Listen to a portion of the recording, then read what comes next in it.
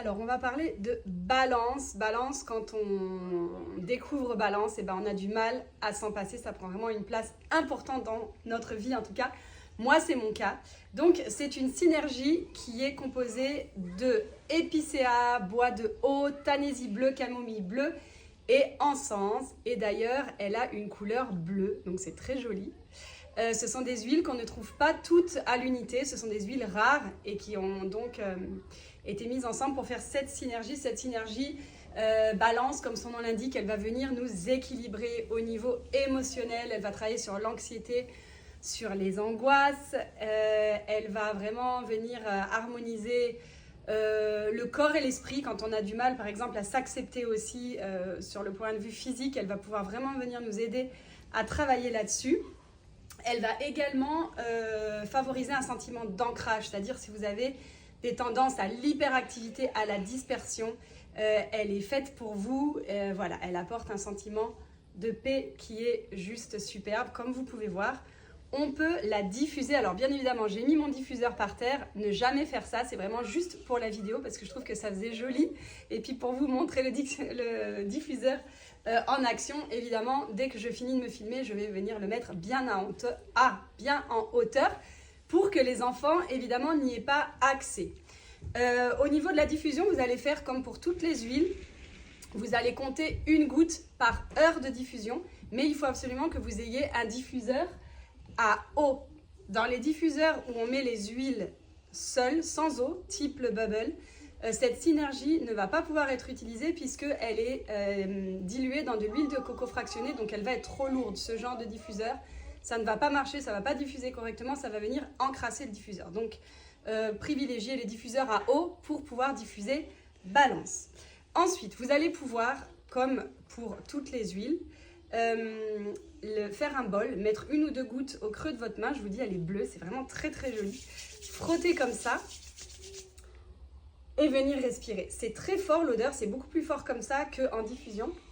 C'est toujours intéressant d'utiliser vos huiles de façon différente. Vous allez voir, vous allez avoir quasiment l'impression que ce sont des huiles différentes selon que vous les mettiez sur votre peau, qu'elles soient dans le diffuseur ou qu'elles soient comme ça dans un bol olfactif entre vos mains. Donc vous pouvez faire ça. Vous pouvez également l'utiliser en massage. Vous allez venir mettre un push d'huile végétale au creux de votre main, 1, 2, 3 gouttes de balance et venir faire des massages. Vous pouvez vous masser les jambes, vous pouvez vous faire masser le dos. Voilà, vous pouvez vraiment l'utiliser pour tout le corps. Et puis ensuite, là, pourquoi j'ai eu l'idée de faire cette vidéo aujourd'hui? Parce que mon roll-on de balance est terminé, donc je vais m'en faire un autre. Je vous montre ça, c'est le petit outil. Vous n'en avez pas besoin la première fois que vous faites des roll-on, mais par contre, quand vous allez vouloir réutiliser vos roll-on, eh bien, vous allez en avoir besoin pour pouvoir venir ouvrir le roll-on. Donc voilà, j'ouvre mon roll-on. Balance, comme je vous dis, c'est une huile qui est déjà diluée, donc on va pouvoir en mettre un petit peu plus que d'habitude. Je vais mettre une trentaine de gouttes. Et puis, je vais venir compléter par l'huile de coco fractionnée. Vous remarquez que selon les huiles que vous utilisez, il y en a qui coulent plus ou moins vite et celle-là, elle coule très lentement. Il faut vraiment être patient pour faire son roll-on. Donc, une fois que mon roll-on est reconstitué, moi, ce que je fais, j'ai vraiment un rituel avec cette huile, c'est que je me la mets tous les matins sous la plante des pieds. Également au poignet et sur le plexus solaire. Et parfois, je la mets le soir et parfois, je mets autre chose le soir, par exemple Serenity ou de la lavande.